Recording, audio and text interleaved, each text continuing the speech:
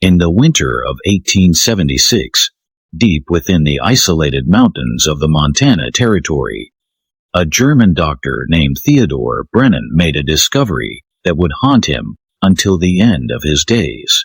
Inside a remote cabin, 23 miles from the nearest settlement, he found medical records documenting 5 generations of deliberate inbreeding within a single Irish family.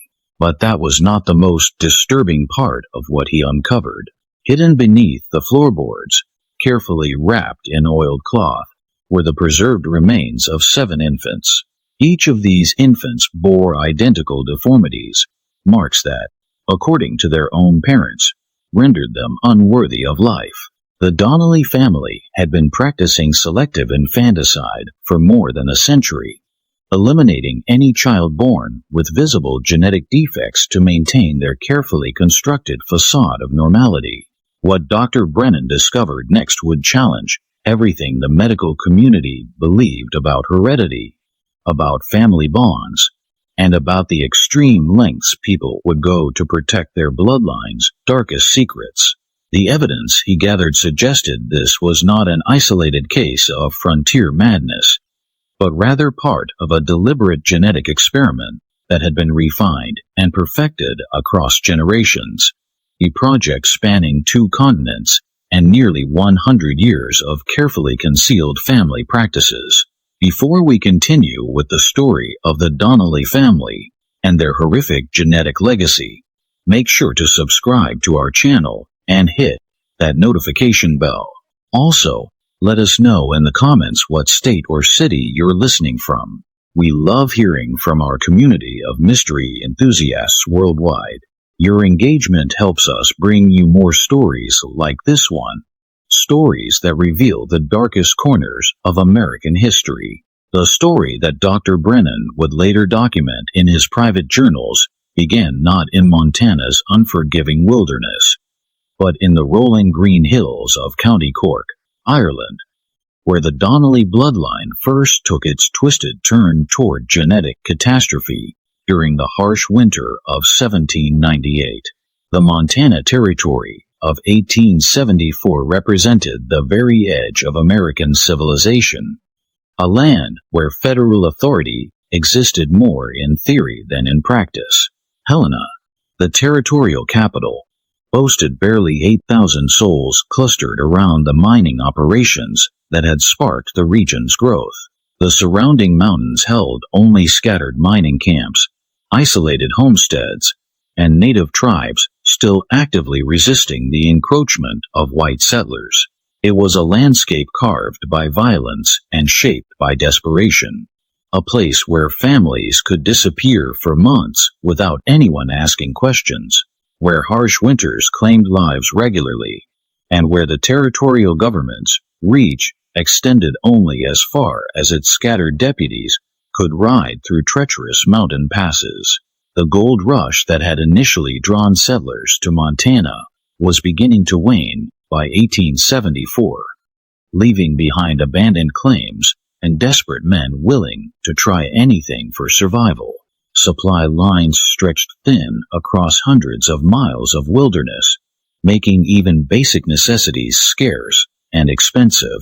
Medical care was virtually non-existent outside of Helena, and even there it consisted mainly of army surgeons and self-taught frontier doctors whose knowledge was limited to treating gunshot wounds and setting broken bones. It was precisely this isolation and lack of oversight that made the Montana Territory attractive to certain types of settlers, those who needed to disappear from civilized society and its inconvenient questions. Into this unforgiving landscape came Patrick Donnelly and his wife, Bridget, along with their 4 surviving children: Seamus, age 19, Moira, 17, Colleen, 15, and young Declan, barely 12. They arrived in Helena on a freight wagon in September of 1874. Their possessions were carefully packed in wooden crates that suggested a wealth unusual for typical Irish immigrants. Patrick presented himself as a successful potato farmer fleeing the lingering effects of the Irish famine, but his hands showed none of the calluses typical of agricultural work. Instead, his fingers bore the ink stains of a man accustomed to record-keeping, and his speech carried the educated accent of someone who had received formal schooling, rare luxuries for an Irish peasant of that era. Bridget Donnelly struck observers as a woman perpetually on the edge of a nervous collapse. Small-boned and prematurely aged, she rarely spoke above a whisper and kept her children close with an intensity that bordered on obsession. Local merchants noted that she paid for supplies exclusively in gold coins, counting each one multiple times before reluctantly parting with it. Her eyes held a haunted quality that suggested she had witnessed horrors that went far beyond the typical hardships of frontier life. What the Territorial Land Office did not know was that the Donnellys carried elaborately falsified papers from New York, claiming residence in Brooklyn for 3 years prior to their westward journey. The documents were expertly forged, complete with fake employment records and fabricated references that would have fooled all but the most thorough investigation. In reality, they had never lived in New York. They had fled directly from Ireland after a scandal that had shaken their rural community to its core. A scandal that involved the local parish priest discovering what he called an abomination against God and nature within their extended family. Father Michael O'Sullivan, a man known for his discretion regarding parishioners' private struggles, had become so horrified by what he discovered about the Donnelly family practices that he threatened immediate excommunication and exposure to British authorities. The priest's usually steady hand had trembled as he wrote his final warning to Patrick Donnelly. "What you have done in the name of bloodline purity is a sin that cries out to heaven for vengeance.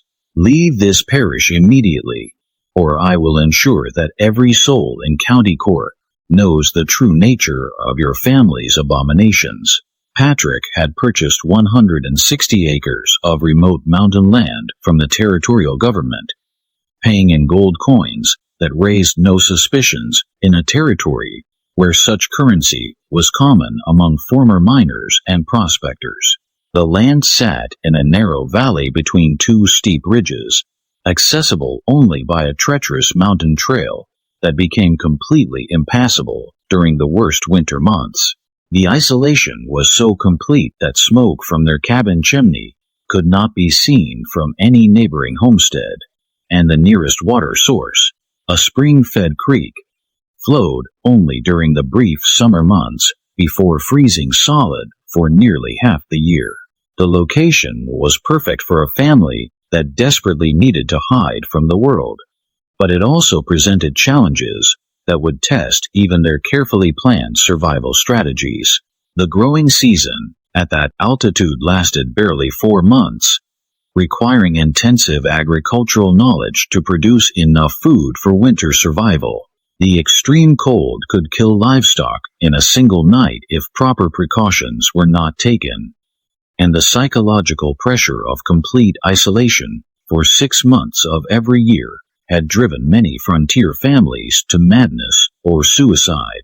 Yet the Donnellys built their homestead with the efficiency of people who had faced similar challenges before. Patrick and his sons constructed a sturdy log cabin with thick walls designed to retain heat, small windows that minimized heat loss, and a complex system of interior partitions that could be sealed off during the coldest weather. The construction showed knowledge of building techniques that went beyond typical frontier skills, suggesting either previous experience with extreme climates or consultation with experts before their arrival in Montana. Bridget and the girls prepared for their first Montana winter with methodical precision that impressed even experienced mountain dwellers. They preserved meat using techniques that maximized storage space and minimized spoilage, cultivated crops specifically chosen for their ability to grow in short seasons and poor soil, and established systems for rationing supplies that showed a mathematical precision unusual for supposedly uneducated Irish peasants. But neighbors who occasionally encountered them during supply runs to Helena noted peculiarities that set the Donnellys apart from other frontier families. The family members bore striking resemblances to one another that went far beyond normal family traits. Their pale blue eyes, sharp angular features, and unusually long fingers created an almost uncanny uniformity of appearance. The children displayed behavioral patterns that seemed simultaneously advanced and disturbing. They showed remarkable intelligence and self-discipline for their ages, but also a wariness around strangers and a submissiveness to parental authority that suggested fear rather than respect. Most unsettling were the conversations overheard by Jake Harrison, the territorial mail carrier, who made monthly runs through the mountain settlements. The family spoke frequently in Irish Gaelic, but even when using English, their discussions contained references to maintaining the purity of the line, the strength that comes from proper breeding, and the sacrifices necessary for family advancement. These were not the typical concerns of frontier families struggling for basic survival. They suggested deeper, more disturbing motivations for their isolated lifestyle. The first sign that something was deeply wrong with the Donnelly family emerged in March of 1875, when the spring thaw finally opened the mountain passes after 6 months of complete isolation. Jake Harrison, making his first mail run since the previous October, arrived at their cabin to deliver government correspondence and immediately sensed that something terrible had happened during the long winter months. The cabin itself showed signs of recent alterations. New boards covered what appeared to be holes in the walls. Fresh chinking filled gaps that suggested violence or struggle, and the area around the building bore evidence of significant digging despite the frozen ground. Most disturbing was the smell that permeated the entire homestead, a sickly sweet odor that Harrison recognized from his years of frontier experience as the lingering scent of death and decay. Bridget Donnelly met him at the door, her appearance so dramatically changed that Harrison initially did not recognize her. The woman who had arrived in Montana just 6 months earlier as a nervous but relatively healthy frontier wife now looked haggard and hollow-eyed, her hands trembling with what appeared to be chronic anxiety. Her clothing hung loose on a frame that had lost significant weight, and her hair had gone prematurely gray at the temples. When she attempted to speak, her voice cracked as if she had not used it in weeks.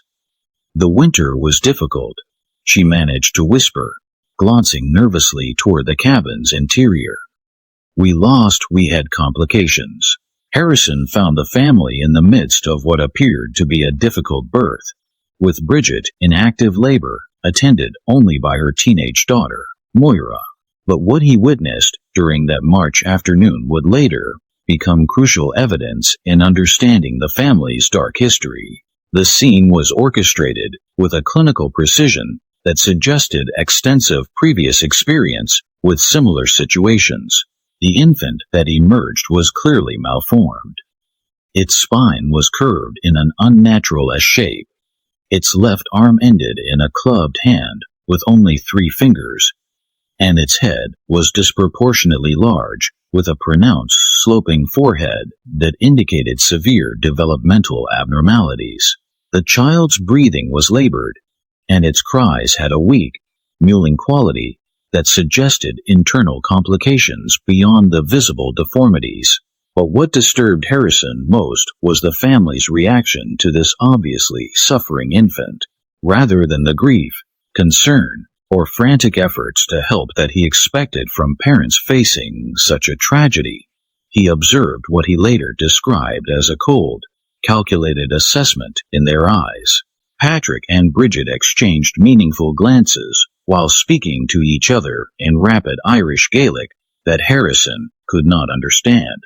Their tone suggested not surprise or anguish, but rather a discussion of predetermined procedures for handling a familiar situation. "The child won't survive the week," Patrick announced with clinical detachment, though the infant's breathing appeared relatively strong, and its cries, while weak, suggested basic vitality.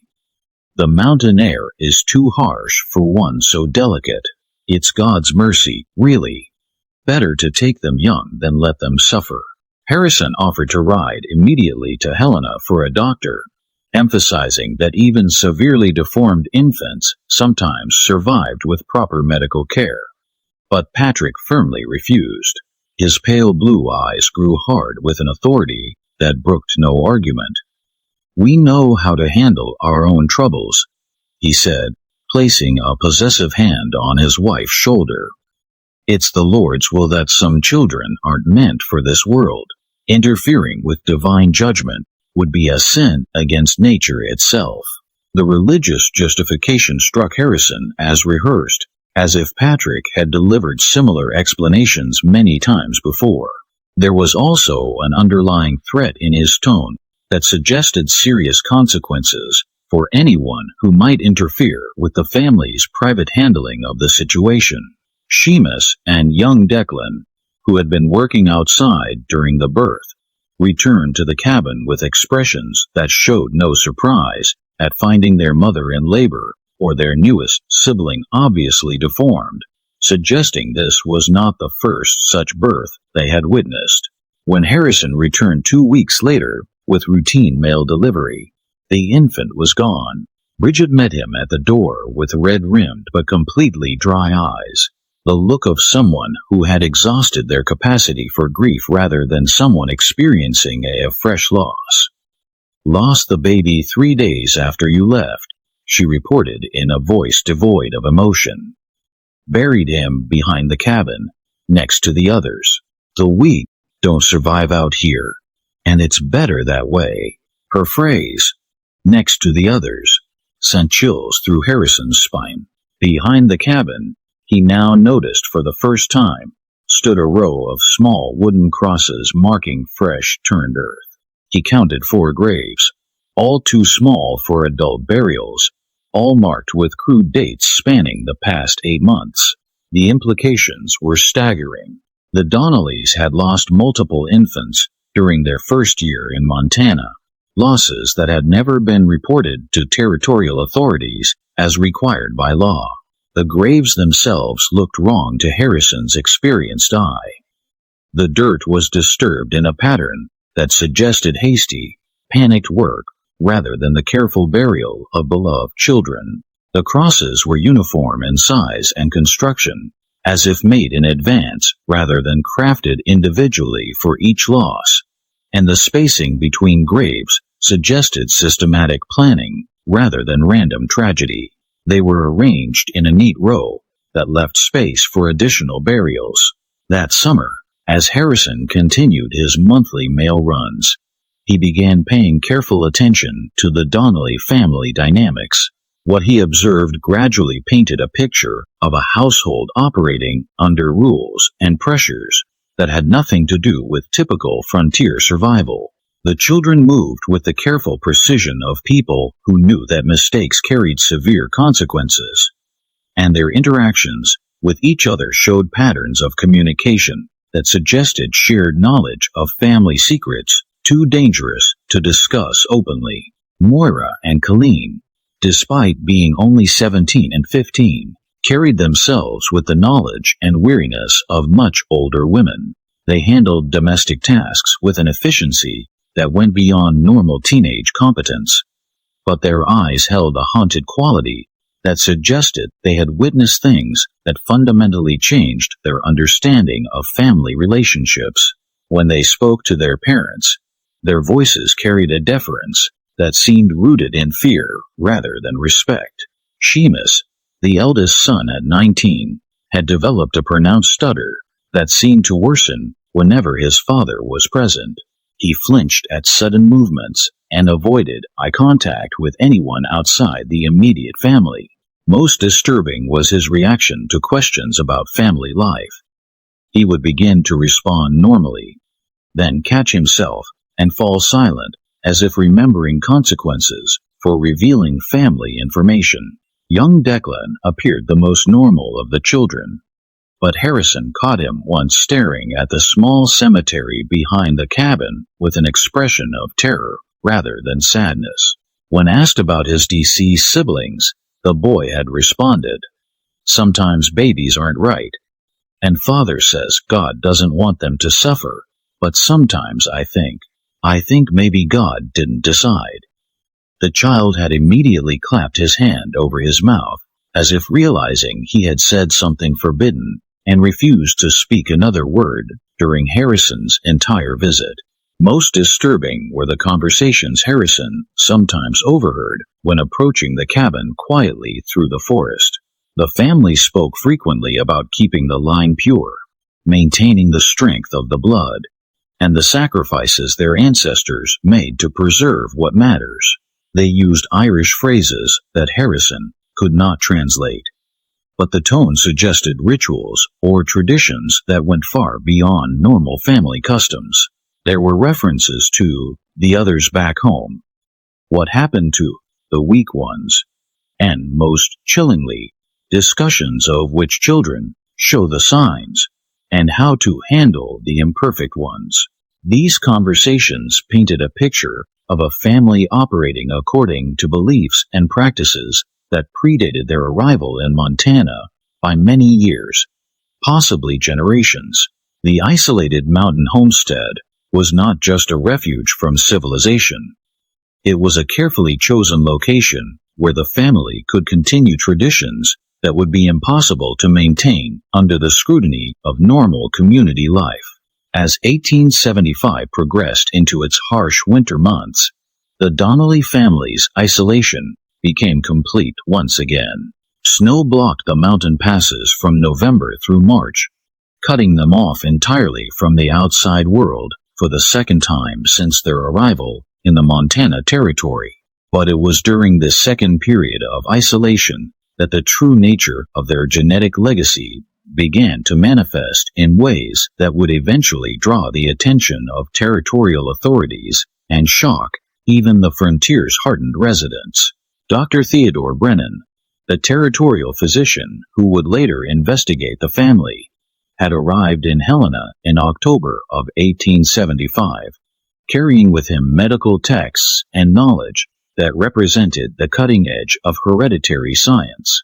A graduate of the University of Vienna, with additional training in Berlin and Edinburgh, Brennan had studied under physicians who were just beginning to understand the mechanisms of genetic inheritance.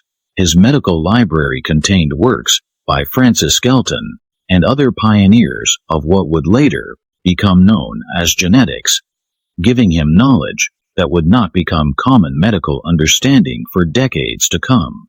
Brennan had come to the Montana Territory not for adventure or profit, but to escape a professional scandal in Europe. His research into hereditary traits had led him to conclusions about human breeding that his colleagues found disturbing, and his vocal support for controlled reproduction to improve the human species had made him persona non grata in respectable medical circles. The frontier offered him anonymity and the freedom to pursue his scientific interests without institutional oversight. Ironically, the same freedom that had attracted the Donnelly family for their own disturbing purposes. During the winter of 1875 to 1876, Brennan received his first hint that something was seriously amiss in the mountain valleys when Jake Harrison arrived at his Helena office in February, having risked the dangerous winter trail to seek medical consultation. Harrison described phenomena that defied his 8 years of experience in the Montana wilderness. Strange lights seen coming from the Donnelly cabin at odd hours of the night, smoke patterns that suggested fires being burned at unusual times and temperatures, and, most disturbing of all, sounds that carried across the frozen landscape during the still winter nights. "Doctor," Harrison said, his weathered face creased with worry and confusion, "I've been carrying mail through these mountains for 8 years. I know the difference between normal frontier hardship and something genuinely wrong. What I'm hearing from that cabin in the dead of winter. It's not the sound of people dealing with ordinary troubles. There's crying that goes on for hours, then stops so suddenly, it's like someone threw a switch. And there's singing, if you can call it that.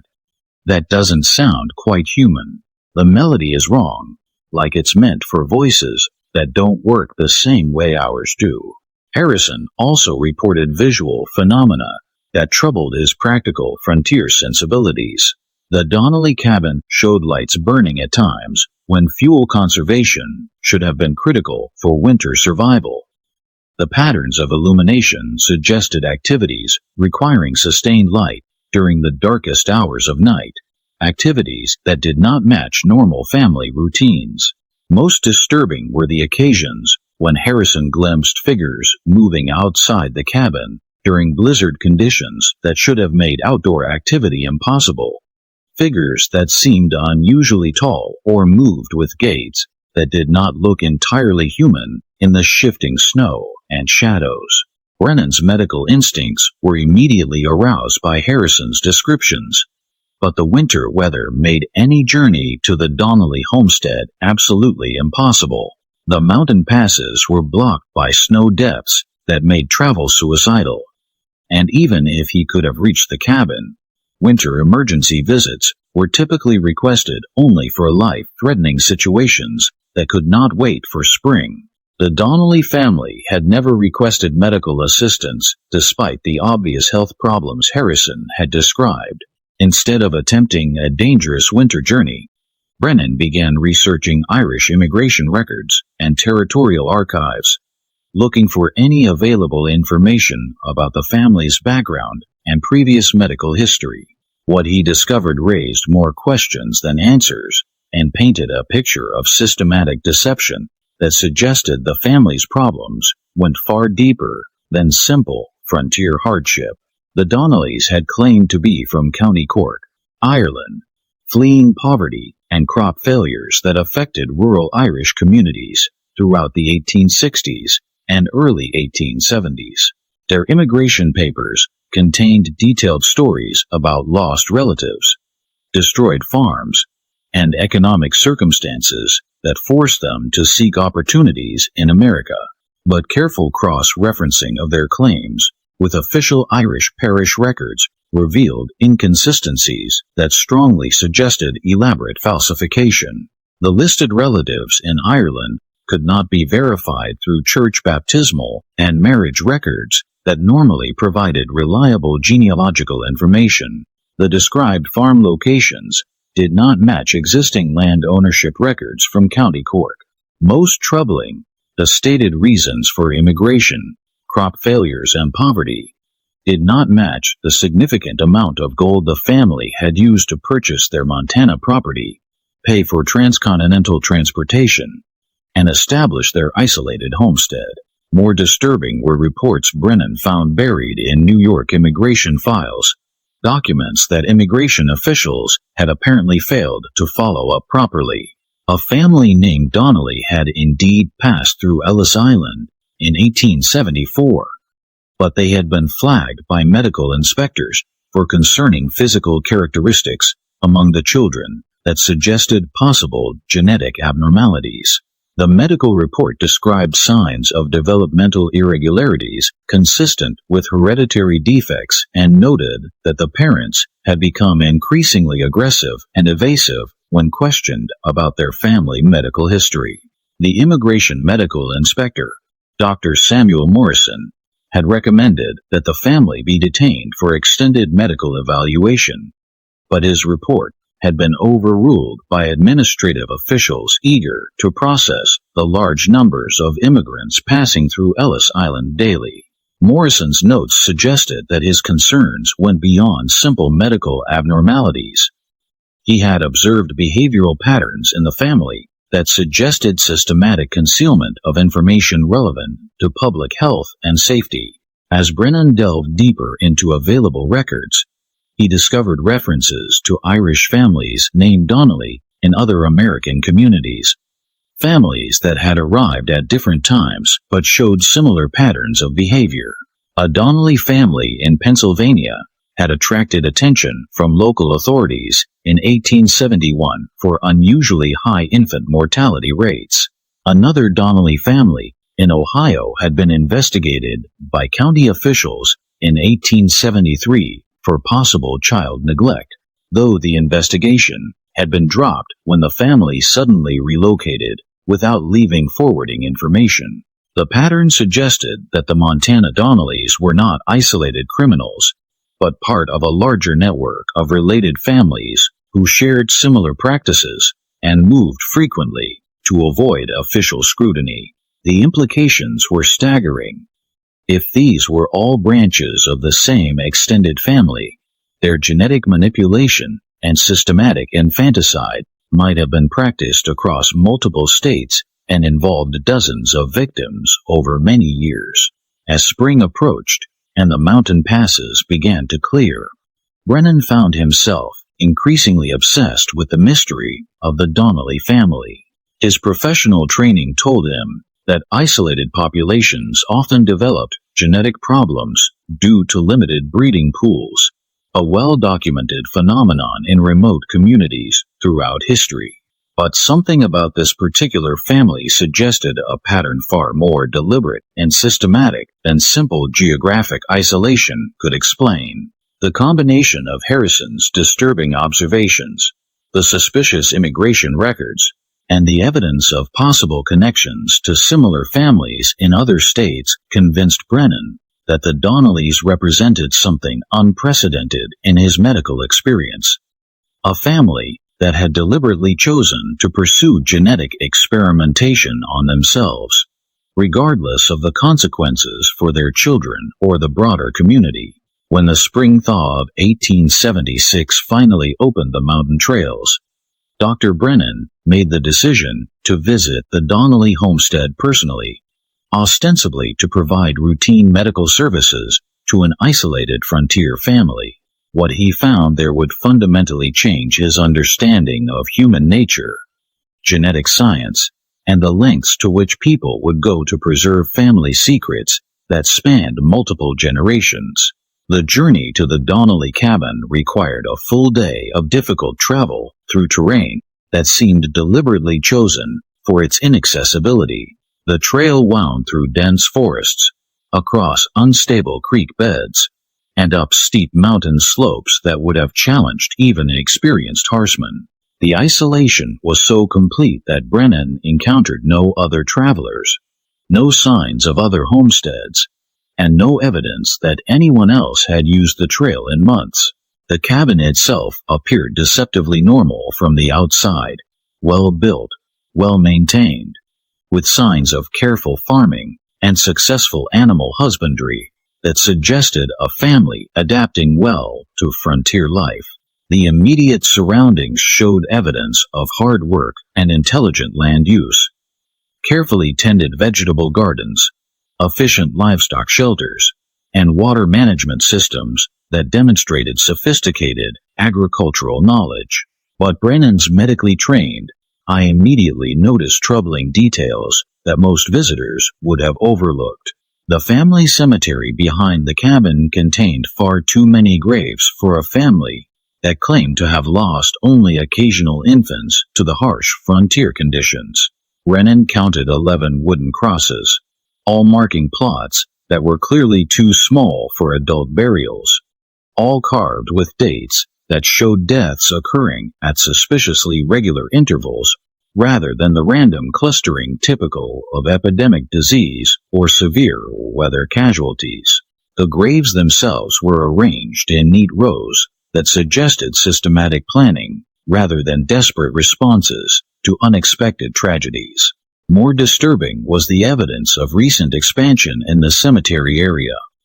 Fresh tool marks in the surrounding trees and recently moved earth suggested that additional grave sites were being prepared in advance, preparations that implied the family expected future deaths rather than hoping to avoid them. The crosses marking existing graves showed similar construction and weathering patterns, as if they had been made in batches rather than individually crafted for each deceased child.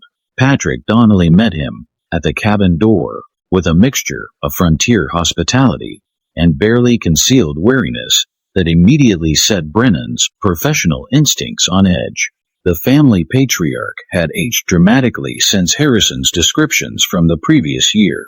His hair had gone completely white despite his apparent age of 45, and deep lines creased his face in patterns that suggested chronic stress rather than normal aging.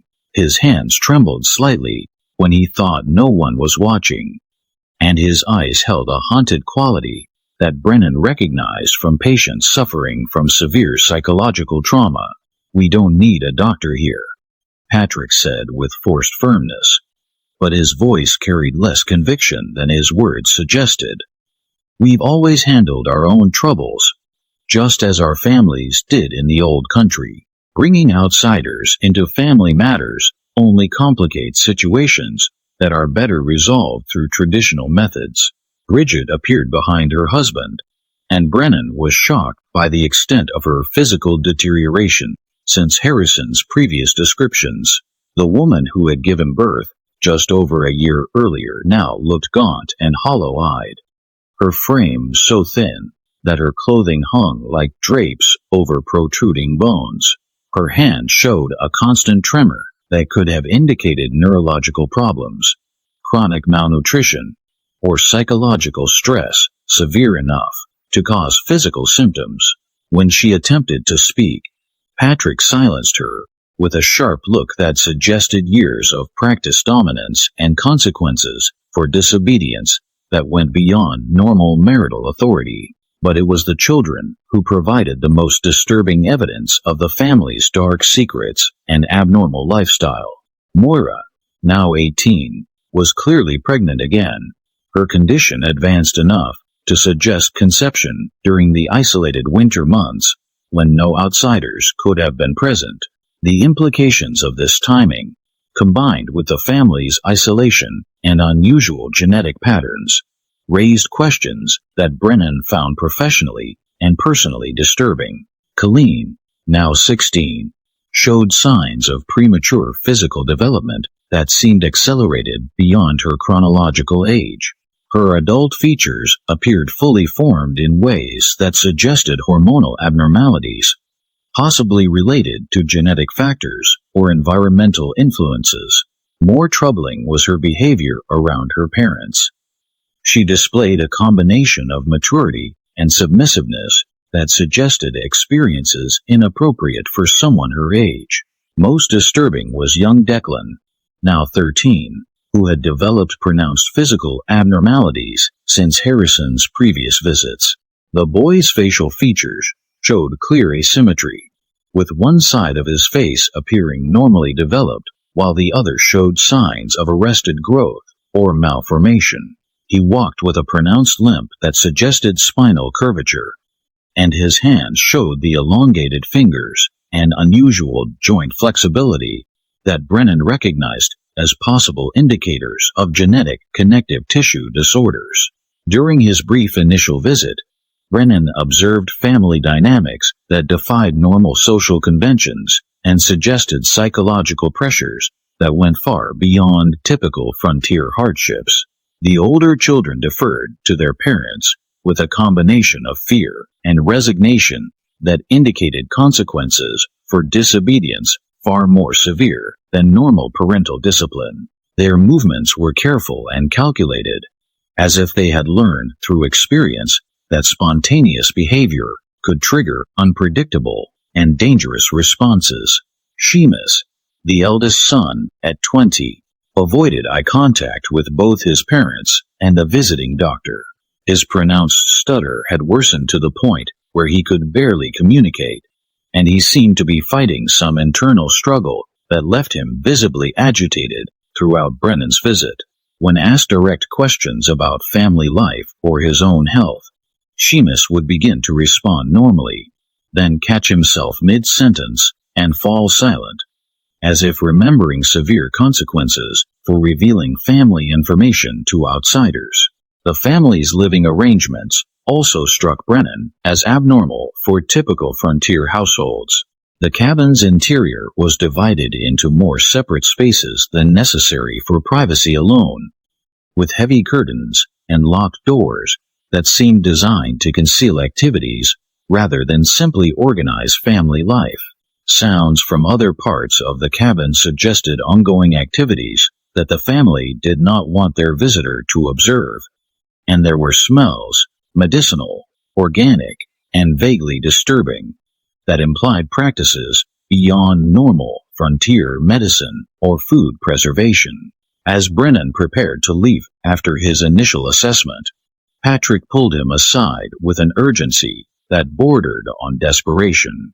His manner suggested a man wrestling with competing desires to maintain family secrets and seek help for problems that had grown beyond his ability to manage alone. "Doctor," Patrick whispered, glancing nervously toward the cabin to ensure they were not overheard by family members. "If I were to tell you that sometimes God tests families in ways that require terrible choices, would you understand what I mean? Would you be able to help without asking questions that might bring trouble to people who are already suffering?" Before Brennan could formulate a response, Patrick continued with increasing agitation. "Our bloodline carries great strength, but it also carries complications. We've learned to manage these complications through methods that our fathers and grandfathers developed over many generations. These methods have worked for us in the old country. But here in Montana, people ask different kinds of questions. They expect things that we cannot provide without revealing practices that wouldn't be understood by those who don't share our particular burdens." The implications of Patrick's carefully worded confession sent chills through Brennan's professional composure. He was beginning to understand that the Donnelly family's isolation was not just about avoiding social scrutiny for unusual behavior. It was about hiding systematic practices that would horrify even the frontier's rough and tumble society. Practices that had been refined and perfected over multiple generations before being transplanted to the American wilderness. 2 months after his initial visit, Dr. Brennan received an urgent message from Jake Harrison that would force him to confront the full horror of the Donnelly family's genetic legacy. The message, delivered by a local trapper who had risked the treacherous mountain trail, contained only a few hastily scrawled words. "Donnelly woman in bad labor. Family asking for doctor. Something wrong beyond normal birthing troubles. Come quick if you can." For the first time since their arrival in the Montana Territory, the Donnelly family was requesting outside medical assistance, a dramatic departure from their previous insistence on handling all family matters privately. The fact that they had overcome their obsessive secrecy to ask for help suggested complications so severe that even their extensive experience with difficult births could not provide adequate solutions. Brennan arrived at the mountain cabin on a sweltering July afternoon to find a scene that would haunt his nightmares for decades to come. The oppressive heat had turned the isolated valley into a furnace, and the air hung thick with humidity that made breathing difficult even for healthy individuals. Inside the cabin, the atmosphere was even more stifling, heavy with the smells of sweat, blood, and something else, a sickly sweet odor that Brennan could not immediately identify, but that triggered his instincts as deeply wrong. Moira Donnelly lay in the cabin's back room, her labor complicated by factors that became immediately apparent to Brennan's trained eye. The young woman was giving birth to twins, but these were not ordinary multiple births. The infants were conjoined at the torso and appeared to share major internal organs, a condition that Brennan knew was almost always fatal in an era before advanced surgical intervention. But what shocked him most was not the medical complexity of the situation, but rather the family's reaction to this obviously catastrophic development. Rather than the panic, grief, and desperate hope for divine intervention that he expected from parents facing such a tragedy. The Donnellys displayed a cold, methodical response that suggested they had dealt with similar situations many times before. Patrick and Bridget worked together with the efficiency of people following a well-established protocol, their movements coordinated and purposeful rather than frantic. Seamus and Colleen prepared materials and instruments that clearly were not intended for celebrating a birth, but rather for managing a situation that required immediate and decisive action. The twins themselves presented a medical challenge that would have strained the resources of even the best-equipped hospitals of the era. They shared not only external tissue connections, but appeared to have integrated cardiovascular and nervous systems that made separation impossible with 1876 medical technology. One infant was clearly stronger than the other, but both showed signs of vitality that suggested they might survive for days or even weeks if provided with appropriate supportive care. "Doctor," Patrick said with a clinical detachment that chilled Brennan's blood, "we need you to tell us honestly whether they can be separated, whether there's any medical procedure that might allow one of them to survive as a normal child." As Brennan began his examination of the conjoined twins, he noticed something that made his blood run cold. Hidden beneath the birthing bed were leather-bound journals filled with detailed drawings and notes documenting similar births over what appeared to be many decades.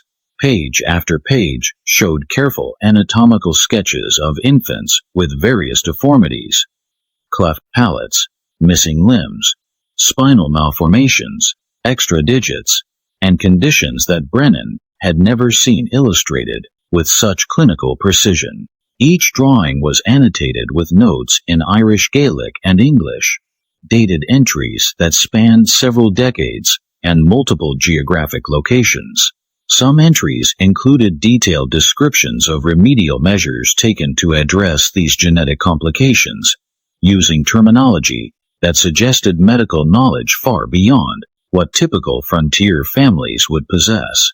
The dates and locations of the documented births created a pattern that traced the family's movements across Ireland and America over more than 50 years. Most disturbing were the detailed anatomical studies that accompanied each birth record. The illustrations showed not just the external deformities, but also speculative internal anatomy, potential survival prospects, and what the notes euphemistically called quality of life assessments. The clinical language could not disguise the fact that these records documented systematic evaluation of newborn infants for traits that the family considered acceptable or unacceptable for survival. Bridget noticed his discovery and spoke for the first time since his arrival, her voice carrying the weight of generations of terrible knowledge. "The bloodline must be kept pure, Doctor. Weakness cannot be allowed to spread and contaminate future generations. Our family learned this truth through hard experience over many generations back in the old country. What looks like cruelty to outsiders is actually mercy, both for the children who would suffer and for the family line that must be preserved." Her words were delivered with the conviction of someone reciting fundamental religious doctrine, but the doctrine she described involved principles of human breeding that violated every standard of medical ethics and human decency that Brennan had learned during his professional training. The Donnelly family was not just practicing infanticide. They were conducting systematic genetic experimentation on their own children, using principles of selective breeding that treated human beings as livestock to be improved through careful culling of undesirable traits. The leather journals contained additional evidence that revealed the true scope of the family's genetic manipulation. Hidden within the medical records were genealogical charts that traced the Donnelly bloodline through multiple generations, showing patterns of intermarriage between closely related family members that explained the high frequency of genetic abnormalities among their children. The charts revealed that Patrick and Bridget were not just husband and wife. They were also first cousins, continuing a pattern of deliberate inbreeding that extended back through 5 generations of carefully planned marriages designed to concentrate what the family believed were superior genetic traits. The genealogical documentation showed that the practice had begun in Ireland during the early 1800s, when Patrick's great-grandfather had become convinced that the Irish people could be improved through selective breeding similar to the agricultural techniques used to develop superior livestock. The family had justified their systematic inbreeding through a twisted interpretation of biblical genealogies and pseudo-scientific theories about racial superiority that had gained popularity among certain educated classes in Europe during that era. As Brennan continued examining the twins and studying the family's medical records, he realized he was witnessing the culmination of a genetic experiment that had been conducted across multiple generations with complete disregard for the suffering it caused. The conjoined infants struggling for breath in their makeshift cradle represented not a random tragedy, but the inevitable result of decades of systematic genetic manipulation that had finally produced abnormalities too severe to be hidden or rationalized away. Just when we thought we'd seen it all, the horror in the Montana mountains intensifies. If this story is giving you chills, share this video with a friend who loves dark mysteries. Hit that like button to support our content, and don't forget to subscribe to never miss stories like this. Let's discover together what happens next in this disturbing tale of genetic manipulation and family secrets that spans generations of deliberate human experimentation. The immediate crisis of the conjoined twins forced Brennan to make decisions that would haunt his conscience for the rest of his career. The infants were clearly suffering. Their shared cardiovascular system struggled to support 2 separate bodies. Their breathing labored and irregular. Medical intervention was impossible with the primitive equipment available in the isolated mountain cabin. But allowing them to suffer without attempting some form of relief violated every principle of medical ethics that Brennan had sworn to uphold. As Dr. Brennan studied the hidden journals through the night while the conjoined twins fought for their lives, the true scope of the Donnelly family's genetic manipulation became terrifyingly clear. The records documented not just 5 generations of selective breeding and systematic infanticide, but a comprehensive program of human experimentation that had been practiced with scientific precision for over a century. The oldest entries, written in faded brown ink and archaic Irish script, described how the original Donnelly patriarch, Fergus Donnelly, had begun the practice in County Cork during the 1790s after consulting with what the journal called learned men who understood the science of bloodlines and the improvement of human stock. These early entries revealed that Fergus had been influenced by agricultural breeding theories that were becoming popular among progressive farmers of the era. Men who had achieved remarkable success in developing superior breeds of cattle, horses, and sheep through careful selection and controlled mating. Fergus had become convinced that the same principles could be applied to human reproduction to create what he termed a perfected Irish bloodline that would be superior in intelligence, physical strength, and moral character to the degraded peasant stock that he believed had been weakened by centuries of British oppression and poverty. His initial experiments involved arranging marriages between his own children and their first cousins, justified through careful study of biblical genealogies that seemed to support the practice of close intermarriage within family groups. The early results had seemed to support Fergus's theories. The first generation of deliberately inbred children showed unusual intelligence, striking physical beauty, and what the family interpreted as evidence of genetic superiority. But the records also revealed that even in the first generation, there had been births of severely deformed infants that were quietly eliminated through what the journal euphemistically called merciful release from earthly suffering. As the generations progressed, the genetic experimentation became increasingly systematic and scientifically sophisticated. Each subsequent patriarch had refined the breeding program, introducing new selection criteria and developing increasingly elaborate justifications for eliminating children who failed to meet the family's evolving standards of genetic acceptability. The journals contained detailed discussions of traits considered desirable: pale blue eyes, angular facial features, unusual height, mathematical aptitude, and traits that warranted immediate elimination, visible physical deformities, mental retardation, and what the family termed behavioral irregularities. But the most disturbing revelation came when Brennan discovered a section of the journal dedicated to what was called the Enhancement Protocol. The entries described systematic attempts to accelerate the concentration of desired traits through increasingly close breeding relationships. Patrick's generation represented the culmination of this process. He and Bridget were not just first cousins, but the products of 4 previous generations of deliberate inbreeding designed to maximize the expression of what the family considered superior genetic characteristics. The protocol had achieved its intended results in some respects.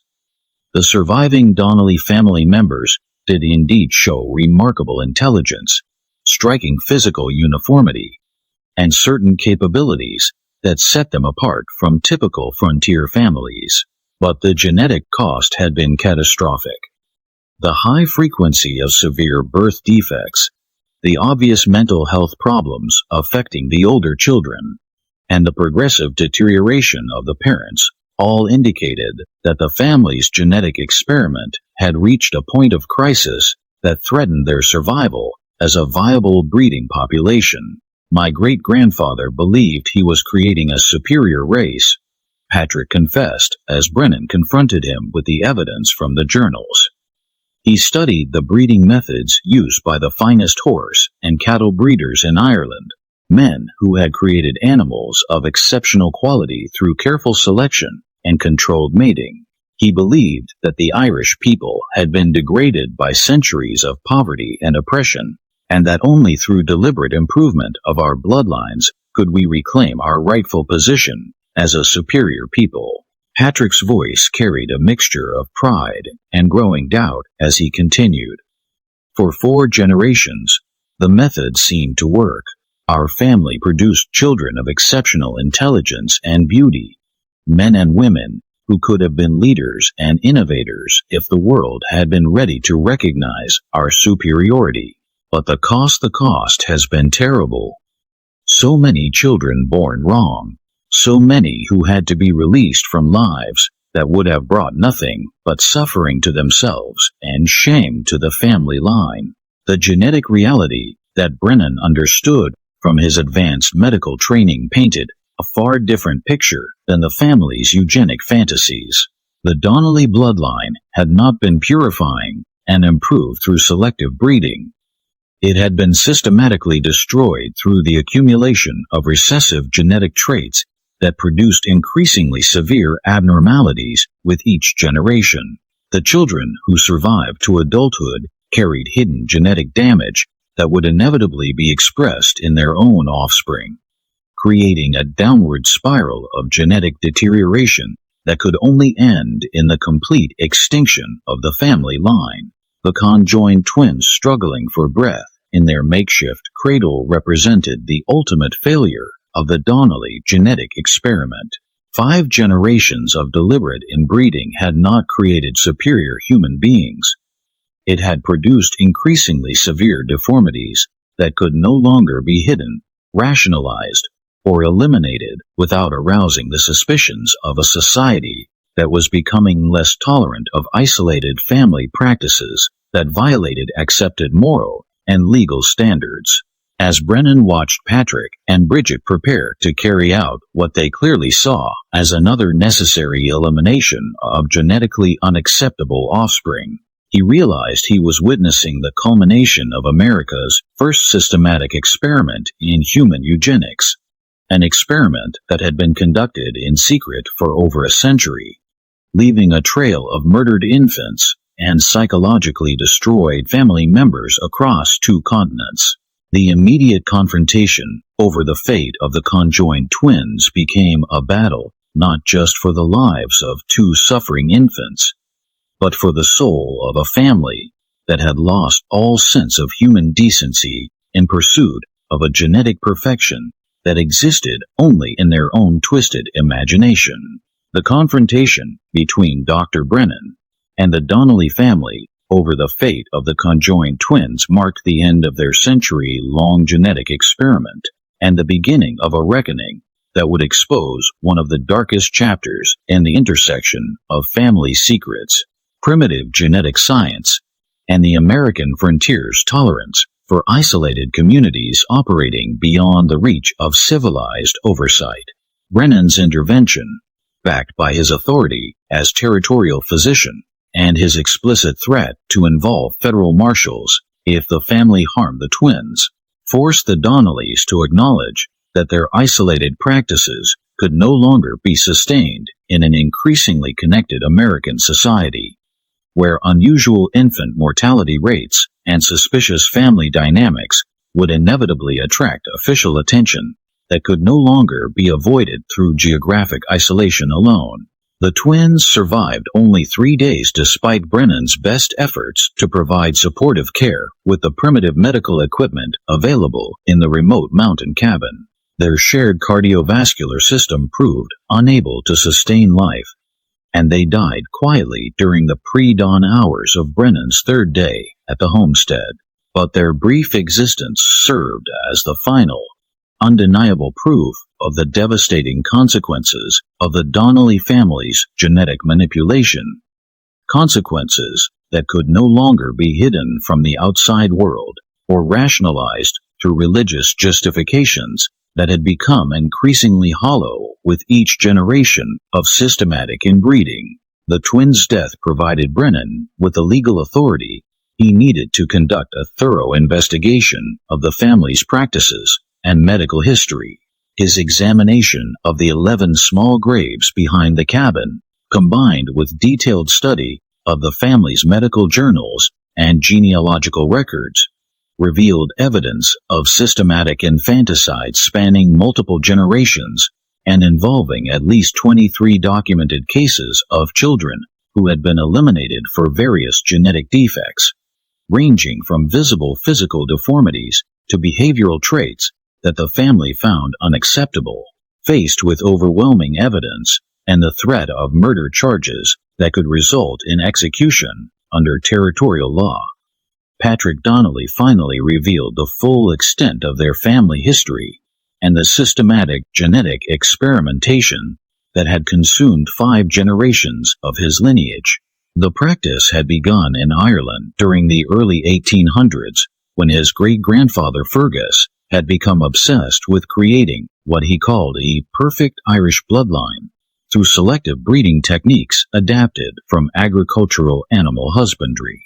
The family had justified their actions through a combination of pseudo-scientific theories about human improvement, twisted religious interpretations that portrayed genetic defects as divine punishment for racial impurity, and social Darwinist philosophies that were gaining popularity among certain educated classes during the mid-19th century.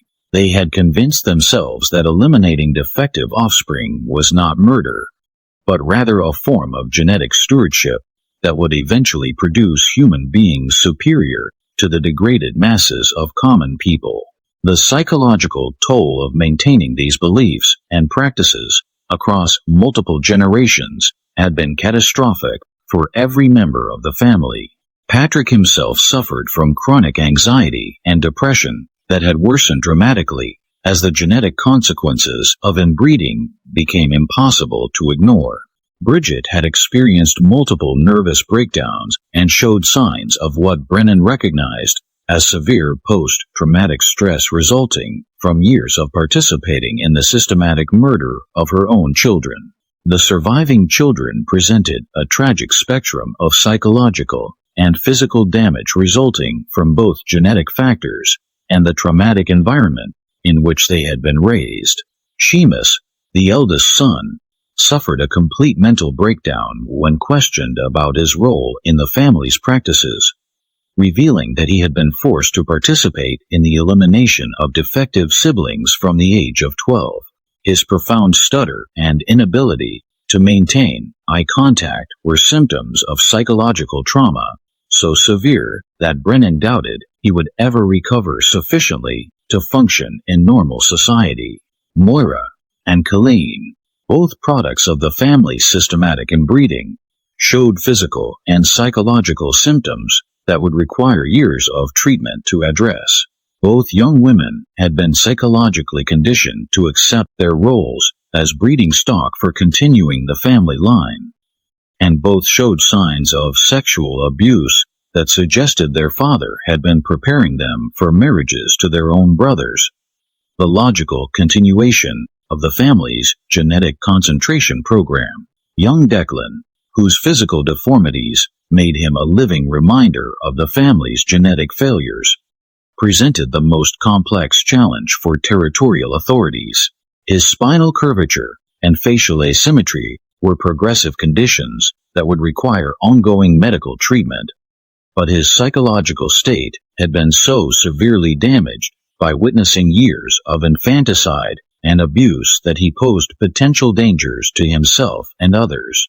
The boy disappeared one night from territorial custody, vanishing into the Montana wilderness without leaving any trace that would allow authorities to determine his fate. The legal proceedings against Patrick and Bridget Donnelly were complicated by the unprecedented nature of their crimes and the territorial justice system's lack of experience with cases involving systematic genetic experimentation and generational patterns of infanticide. The territorial prosecutor struggled to find appropriate charges for crimes that spanned multiple generations and jurisdictions, while defense attorneys attempted to argue that the defendants were victims of hereditary mental illness rather than calculating criminals who had systematically murdered their own children. The case attracted attention from medical and legal experts throughout the American territories, but the remote location and primitive communication systems of the era meant that much of the evidence and testimony never reached the broader public. Patrick and Bridget Donnelly both died in territorial custody before their cases could come to trial. Patrick from what appeared to be a stroke brought on by the psychological stress of having his life's work exposed as a catastrophic failure, and Bridget from complications related to her final pregnancy, which ended in yet another severely malformed stillbirth that seemed to symbolize the ultimate futility of the family's genetic experimentation. Dr. Brennan's detailed documentation of the case became part of early medical literature on the dangers of consanguineous marriage and the genetic consequences of systematic inbreeding. His professional reports, published in territorial medical journals and later in national medical publications, provided some of the first systematic evidence of the relationship between close family intermarriage and increased rates of genetic abnormalities in offspring. However, he never published the full details of what he had discovered, including the systematic infanticide and psychological abuse that had characterized the Donnelly family's practices. Brennan's private journals, discovered after his death in 1923, revealed his lifelong struggle to understand how human beings could systematically eliminate their own children in pursuit of a genetic perfection that existed only in their own twisted imagination. His notes described recurring nightmares about the conjoined twins and persistent guilt about his inability to save the children who had been murdered before his intervention could protect them. The Donnelly homestead was abandoned after the family's arrest, and the mountain property reverted to territorial ownership when no surviving relatives could be located to claim inheritance rights.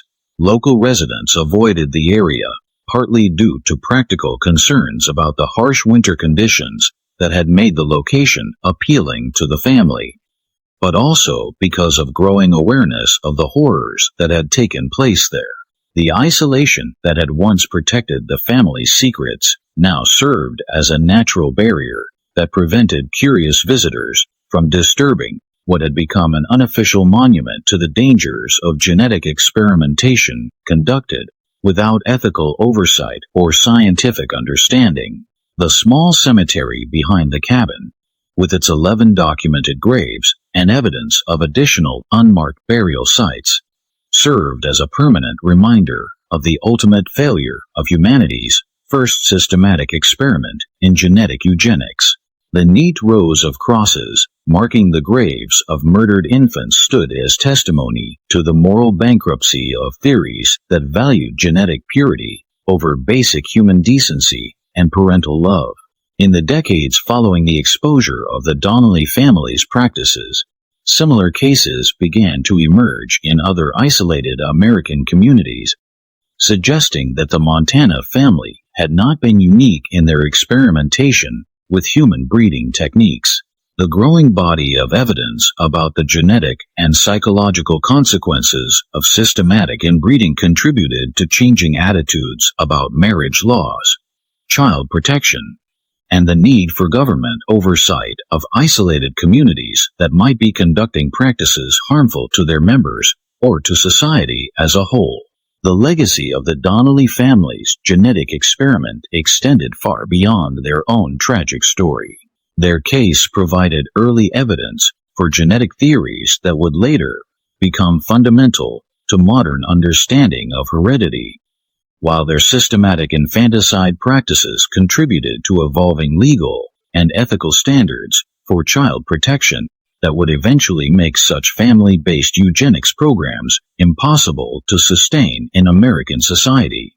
This mystery shows us how the pursuit of genetic perfection can lead to unthinkable horrors when combined with isolation, desperation, and a fundamental misunderstanding of human worth and scientific principle.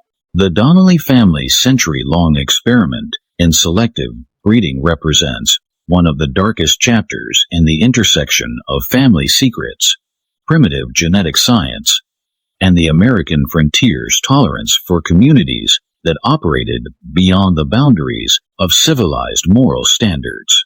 Their story serves as a permanent warning about the dangers of treating human beings as experimental subjects in pursuit of theoretical improvements that exist only in the minds of those who have lost all sense of basic human decency and parental love. What do you think of this story?